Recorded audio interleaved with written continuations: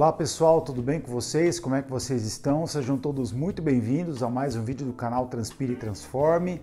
Meu nome é Fábio Cardoso de Carvalho, eu sou cardiologista clínico intervencionista há mais de 20 anos. Sou um obeso em recuperação que foi resgatado, foi encontrado pelo esporte. Eu cheguei a pesar 145 quilos. Eu passei por cirurgia bariátrica, encontrei o esporte no meio desse caminho e cheguei a completar o Ironman Brasil. E aqui nesse canal nós falamos sobre esporte, cardiologia, motivação, informação. E nesse vídeo de hoje eu gostaria de dividir com vocês um pouco de informação e de conhecimento, explicando sobre as diferenças da atividade física com o objetivo de prevenção cardiovascular e com o objetivo de emagrecimento. Eu acho que tem muita confusão no meio desse caminho aí que a gente pode elucidar.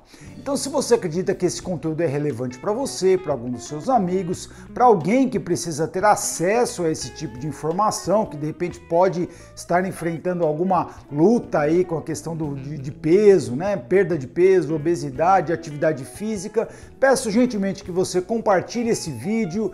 Deixe o seu like, se inscreva no canal, ative as notificações, nós temos conteúdo novo toda semana por aqui, ok? Muito bem, então vamos lá. Se você acessar ali o perfil do Instagram do Transpire e Transforme, tem uma postagem que eu explico detalhadamente a diferença entre atividade física e exercício físico. A gente vai usar essa parte conceitual para fazer um plano de fundo até onde a gente vai chegar no nosso assunto propriamente dito. Então, existe uma pequena diferença entre atividade física e exercício físico. Isso é bom ficar claro. Atividade física é qualquer atividade realizada por músculo esquelético que demande gasto de energia. Então pode ser até, por exemplo, um indivíduo que usa a bicicleta para ir para o trabalho. Ele não tem objetivo específico de condicionamento físico, treinamento. Ele usa aquilo como meio de transporte. Aquilo é uma atividade física, mas ela não vai surtir os efeitos específicos do exercício planejado. O exercício tem essa outra característica, por ser uma atividade planejada, com objetivo e prescrição específica. Então, toda atividade física é um exercício, mas nem todo exercício é uma atividade física. De maneira geral, aqui nós vamos usar o conceito de atividade física, nos estendendo para esse objetivo que a gente está querendo propor aqui nesse vídeo, que é explicar essas diferenças. Então, sem nenhum erro, sem nenhuma confusão, nós vamos usar o termo atividade física. E aqui nós vamos classificar, ou dizer, as características da atividade física. Então, a primeira característica é a intensidade. Então, existem várias escalas que medem a intensidade ou a percepção individual, a percepção subjetiva do esforço, como por exemplo a escala de Borg modificada. A escala de Borg foi uma escala idealizada para doentes com doença pulmonar obstrutiva crônica, mas que também pode ser utilizada para os indivíduos que praticam atividade física. Então ela é uma escala numérica muito simples de 0 a 10, de 0 a 4 é uma atividade leve, o indivíduo consegue conversar normalmente, 5 e 6 é uma atividade moderada, que o indivíduo fala com pausas, e acima de 7 já não dá para ficar muito de papo não, já é uma atividade intensa. A frequência, que é o número de sessões de treino por dia, por mês, por semana, enfim. Então, a frequência também é importante. Duração de cada sessão de treinamento, em minutos por dia, minutos por semana. O tipo de treino, o tipo de atividade física, e aqui são predominantemente dois, que é o exercício aeróbico, não é? Que aí entram natação, caminhada, corrida, ciclismo, esportes coletivos, que é o exercício de cardio, né? O treininho de cardio, e os exercícios resistidos, que aí vão entrar musculação, pilates, exercícios funcionais, crossfit, exercícios que vão trabalhar força e flexibilidade. Então isso também é importante. E o quinto é o objetivo, a finalidade da atividade física. Então ela pode ser com o objetivo de prevenção cardiovascular, pode ser com o objetivo de emagrecimento, são objetivos totalmente diferentes. Pode ser com o objetivo de lazer ou recreação, fazer uma caminhada com os filhos, levar o seu animal de estimação para também passear. Então é um objetivo recreativo de lazer, sem nenhuma finalidade específica de exercício físico. É uma atividade física mais simples. Pode também ser um exercício com objetivo competitivo, objetivo de performance. Então, essa também é um objetivo, uma finalidade. Então, falamos aqui sobre 5 classificações de maneira geral, assim, da atividade física: intensidade, frequência, duração, tipo e objetivo. Isso é importante para a gente entender a diferença que eu falei no começo do vídeo, tá? Então, falando sobre prevenção cardiovascular, eu também já num outro vídeo falei sobre prevenção. Então, existe a prevenção primária e a prevenção secundária. Prevenção secundária para os indivíduos já doentes. Não vou falar dos indivíduos já doentes. Isso aí eu vou fazer um vídeo específico falando sobre as pessoas que já tiveram infarto, acidente vascular cerebral. Elas podem fazer atividade física? Podem, com supervisão médica, com exames em dia, e nós vamos falar disso separadamente. Aqui nós vamos falar sobre prevenção primária, indivíduos não doentes, nunca tiveram nenhum tipo de evento cardiovascular. Então, as recomendações das diretrizes nacionais e internacionais de cardiologia sobre prevenção cardiovascular para eventos falam sobre 150 minutos por semana de atividade física de intensidade moderada, ou 75 minutos por semana de atividade física com intensidade intensa, né? Com intensidade alta. Então, essas são as recomendações gerais para a prevenção. Mas qual poderia ser, vamos assim dizer, o mínimo de atividade física que já leva a algum benefício cardiovascular? Então, existe uma publicação recente de pesquisadores da Universidade de Taiwan que avaliaram mais de 400 mil indivíduos durante 8 anos, especificamente para responder essa pergunta: qual seria o mínimo? Então, compararam indivíduos inativos, sedentários, com indivíduos que faziam atividade física em intensidade baixa ou moderada, e até indivíduos que faziam atividade física intensa durante esse período de 8 anos. Então, nesse período, a incidência de mortalidade por todas as causas e mortalidade por câncer foi de 17% de mortalidade de todas as causas e 11% de mortalidade por câncer. Essa é a referência grupo controle. Nos indivíduos que faziam atividade física de 15 minutos ao dia, 15 minutos ao dia, já houve uma redução de 14% na mortalidade por todas as causas, com aumento da expectativa de vida em 3 anos. E a cada 5 minutos adicionais aos 15, havia uma redução adicional de 4% na mortalidade por todas as causas e uma redução adicional de 1% na mortalidade por câncer.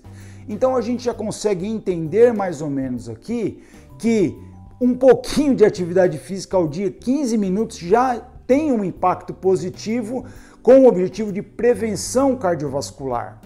Não é? E esse estudo também observou que atividades físicas maiores do que 100 minutos por dia não traziam benefício adicional. Isso também foi um dado interessante, porque a gente fica com a impressão de que quanto mais o indivíduo praticar atividade física, mais proteção ele vai ter. Isso não é verdade.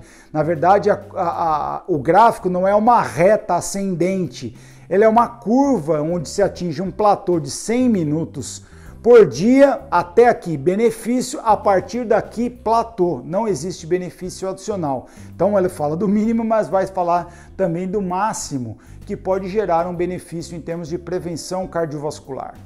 E aqui nós vamos falar não só sobre a prevenção cardiovascular, que não é só prevenção cardiovascular. Existe toda uma mudança no perfil metabólico, já falamos um pouco sobre benefícios em termos de controle da glicemia, resistência à insulina, sensibilidade à insulina, mobilização de tecido adiposo, com melhora do perfil de lipídios, também os benefícios em termos de toda pressão, de controle de pressão arterial, de toda a saúde do sistema osteomuscular. Então, quando nós falamos em prevenção cardiovascular, nós não estamos limitados ao tema de prevenção cardiovascular. Existe uma série de outros benefícios adicionais, prevenção de outros tipos de câncer também. Tem uma postagem no feed lá do perfil Transpire e Transforme no Instagram. Atividade física previne até 13 tipos de câncer, sabidamente. Então, não é especificamente sobre evento cardiovascular. Existe uma série de outros benefícios em geral que a atividade física pode produzir, mas não com o objetivo de emagrecimento. Agora nós vamos pontuar a atividade física com o objetivo de emagrecimento, tá? Então, historicamente, eu vou me lembrar aí das vezes que eu ia no médico, chegava lá, doutor, eu quero emagrecer. Quais são as coisas, o que eu tenho que fazer para perder peso? Então o médico falava assim, ó, né, na lata, dieta hipocalórica, 1.200, 1.500 calorias por dia e caminhada. E a gente vai mudando a percepção e a compreensão da obesidade como doença, e hoje nós podemos dizer assim, nenhuma das duas estratégias vai funcionar. Então, se você já ouviu de algum médico, pode fazer caminhada meia hora por dia para perder peso. Sinto informar, você não vai perder peso, a única coisa que você vai ter vai ser uma grande decepção, uma grande frustração e não vai conseguir perder peso, porque a abordagem do indivíduo obeso, então a prescrição de atividade física para o indivíduo que tem o objetivo de emagrecimento, ela é completamente distinta da prescrição da atividade física para o indivíduo que não tem problema de peso e que cujo objetivo é somente prevenção cardiovascular. Então é por isso que eu falei lá no começo sobre definição de atividade física e a classificação.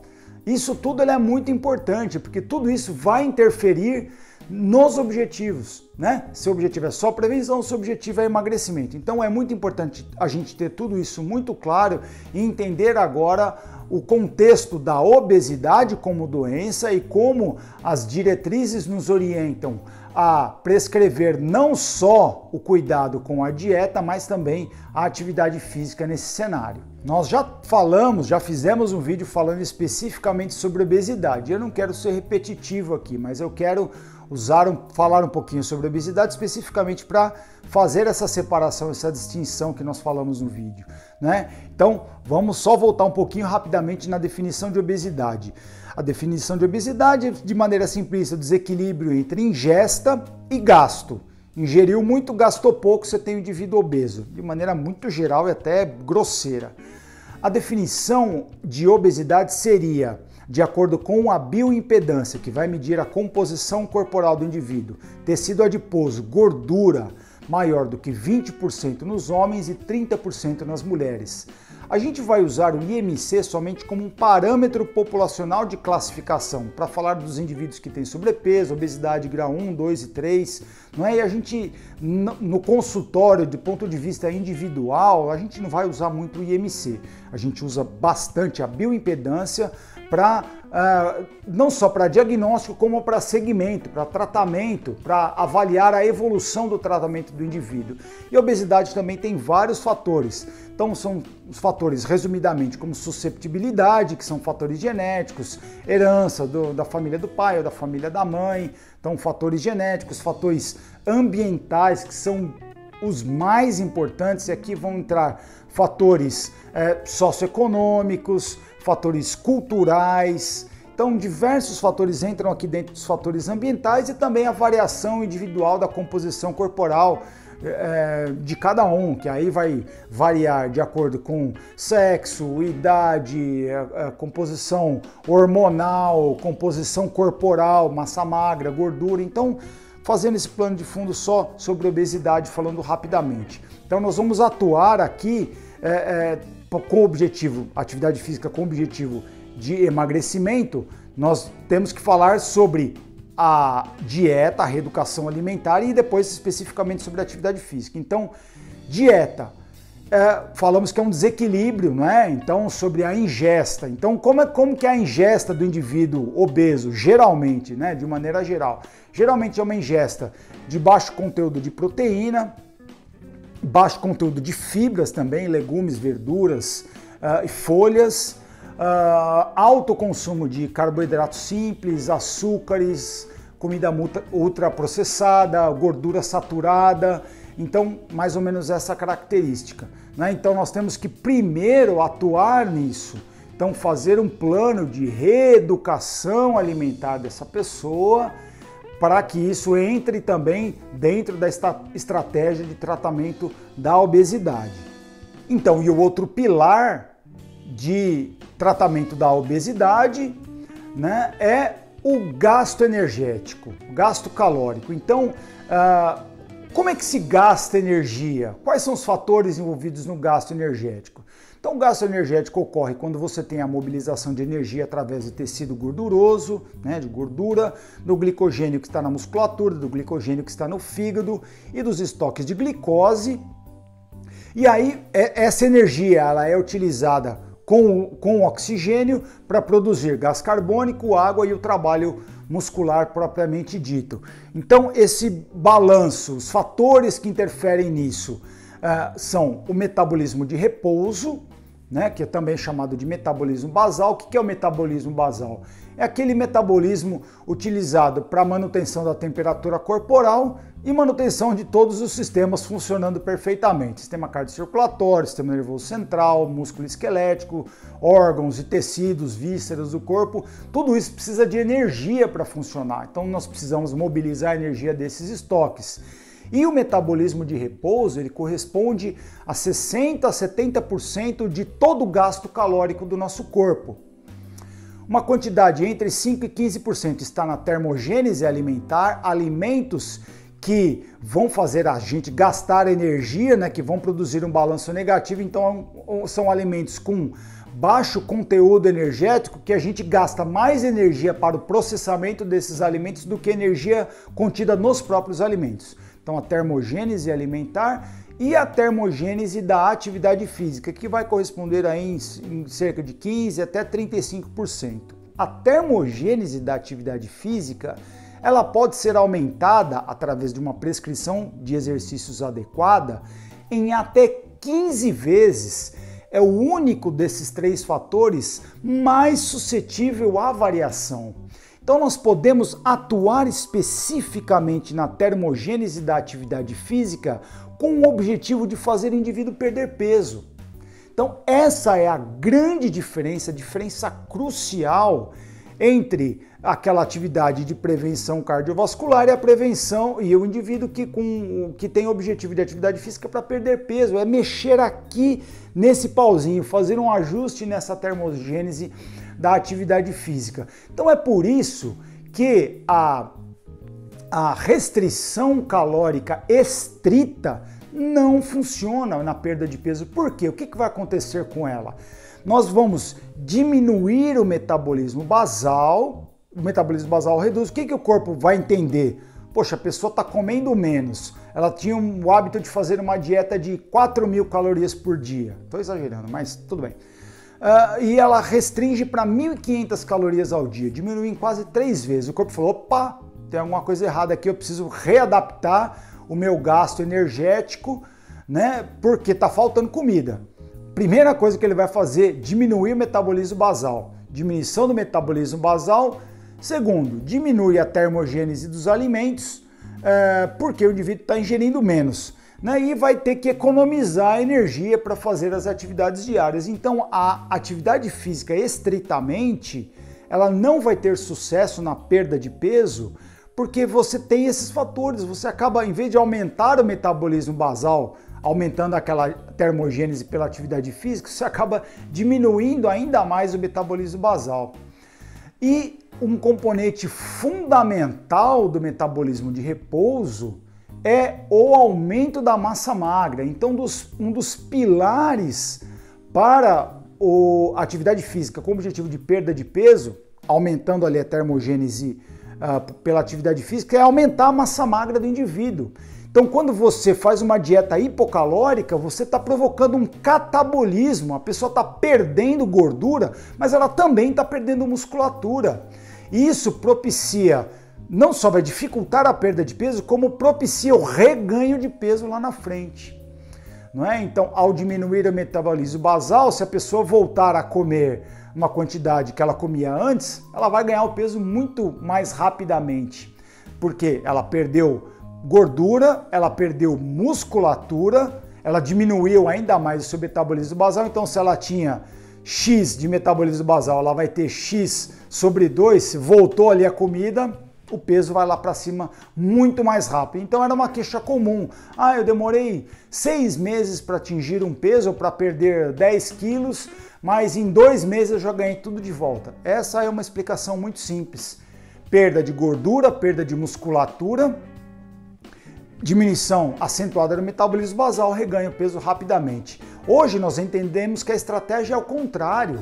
Você precisa aumentar a quantidade de massa magra exatamente para aumentar ali o metabolismo de repouso, fazer com que a termogênese alimentar atue, a termogênese da atividade física atue em favor do indivíduo e você consiga aumentar a quantidade de massa magra, fazendo com que esse metabolismo aumente e o indivíduo precise de mais energia para manter o seu metabolismo de repouso. Então, por isso que uma das recomendações centrais para a pessoa que quer perder peso é combinar os exercícios aeróbicos com exercícios de resistência, os exercícios resistidos.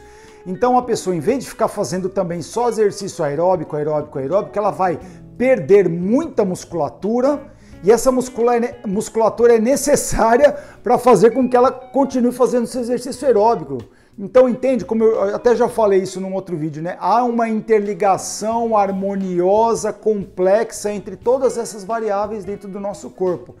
Então, ao invés de focar somente em exercícios aeróbicos para a perda de peso, os melhores resultados eles estão na combinação de exercícios aeróbicos com exercícios resistidos, porque eu tenho que aumentar a massa magra para aumentar o metabolismo basal e para dar substrato para esse indivíduo fazer o exercício aeróbico, porque se ele não tiver uma musculatura adaptada, invariavelmente ele tem uma chance altíssima de incorrer em lesão.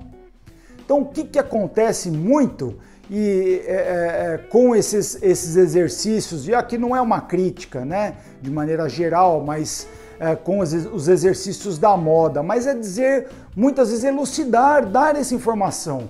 Então as pessoas no passado faziam crossfit, o crossfit bombou, virou uma febre nas academias, não só do Brasil, mas no mundo inteiro, e tinha um monte de lesão por causa de crossfit, pessoas com o objetivo de perder peso. O que acontecia? A musculatura não estava preparada para esse tipo de exercício. Mesma coisa acontece hoje com beach tênis. Tem problema no esporte? Beach tênis não, nenhum. Esporte muito legal, qualidades excelentes, várias vantagens. O problema é que os praticantes do beach tênis muitas vezes querem sair de uma condição sedentária para a prática de um esporte de intensidade alta, cuja musculatura não está preparada, adaptada para essa prática. Invariavelmente você vai incorrer em lesão. Então, se o objetivo é emagrecimento, combinar a atividade aeróbica com exercícios resistidos aqui, você vai precisar invariavelmente de musculação, peso, exercício funcional, algo que vá trabalhar ativamente essa musculatura, principalmente nos indivíduos de mais idade, acima dos 40, 50 anos de idade, onde a perda de massa magra é muito mais acentuada. Então, indivíduos com mais idade que querem voltar, retornar ou praticar uma atividade aeróbica necessitam muito mais de exercícios resistidos. Então, vamos resumir e fechar esse vídeo dizendo quais são as recomendações de maneira geral para o indivíduo que precisa de uma atividade física com objetivo de emagrecimento.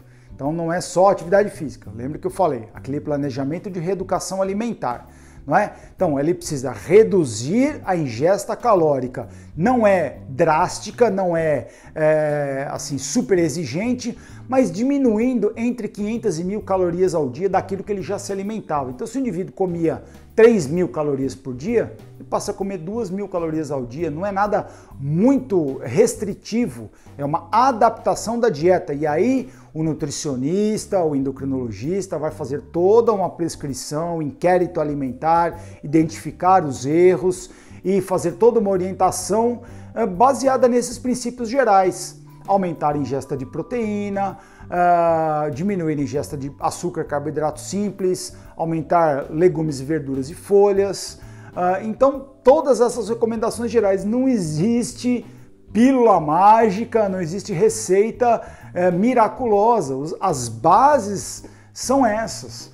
não é? Então, acertar a dieta, um plano de reeducação alimentar que não é tempo dependente, ele é para a vida toda, isso tem que ficar muito claro.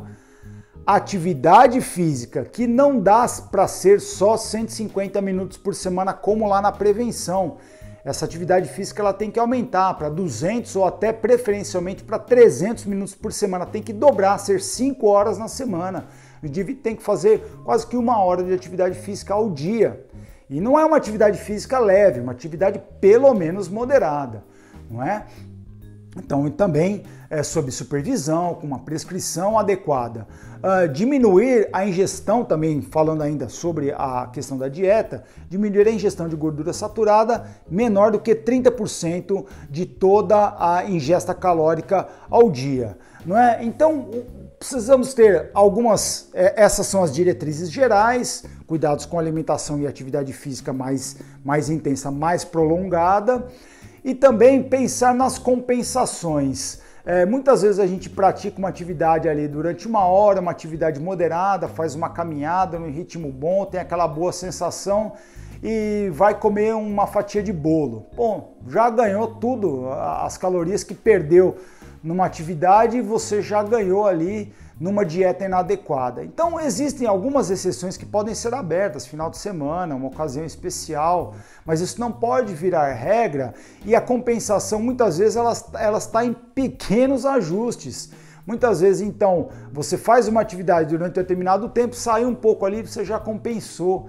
Então se você gosta de comer, então você vai precisar de uma atividade mais intensa, mais prolongada, mais vezes na semana, para que você possa se permitir sair um pouco mais sem ter o ganho calórico novamente. Entendendo que a perda de peso, uma vez que ela ocorreu, ela pode ter um reganho de peso de até 35% no primeiro ano e depois de 5 anos, de maneira muito triste, mais de 90% das pessoas ganham peso. Menos de 10% das pessoas que emagrecem conseguem manter o seu peso ao longo de 5 anos. Então, entender a obesidade como um problema de saúde crônica, e aqui eu vou repetir de novo, eu nunca vou me classificar como um ex-obeso, eu sou um obeso em recuperação, eu gosto até do termo utilizado nos Alcoólicos Anônimos, um obeso em sobriedade. Porque a obesidade é um problema crônico. Se eu vacilar, eu sei que eu posso engordar novamente. Por isso que eu me mantenho sempre ativo com uma atividade física que me satisfaz, me faz sentir bem, é uma atividade intensa, vários dias na semana, não é? Mas para evitar o reganho de peso. E tristemente, a maioria das pessoas vai ganhar o peso. E aí nós vamos também, não vou entrar nesse ponto, de fazer também a prescrição, o tratamento, né, da obesidade do ponto de vista farmacológico, com terapias mais radicais como cirurgia e tal. Aí é um outro tipo de tratamento aqui. Então eu espero que esse vídeo tenha esclarecido as diferenças entre a atividade física utilizada para prevenção cardiovascular, que é uma, e a atividade física para emagrecimento, que é outra, baseado nesses pilares de reeducação alimentar, gasto calórico, certo? Eu gostaria de agradecer imensamente a sua companhia comigo até o final desse vídeo, dizer que foi muito bom tê-los aqui. Eu gostaria que você deixasse para mim nos comentários as suas dúvidas, enfim, seus questionamentos, e eu me coloco à disposição para respondê-los e para que a gente possa criar um ambiente informal de informação e de conhecimento também aqui nessa plataforma, ok? Deixa aqui para mim nos seus comentários a sua opinião, eu gostaria muito de saber. Siga também o Transpire e Transforme na página do Facebook e também conteúdo novo diariamente ou quase diariamente lá no Instagram. Semana que vem temos vídeo novo aqui no YouTube e eu espero você até lá.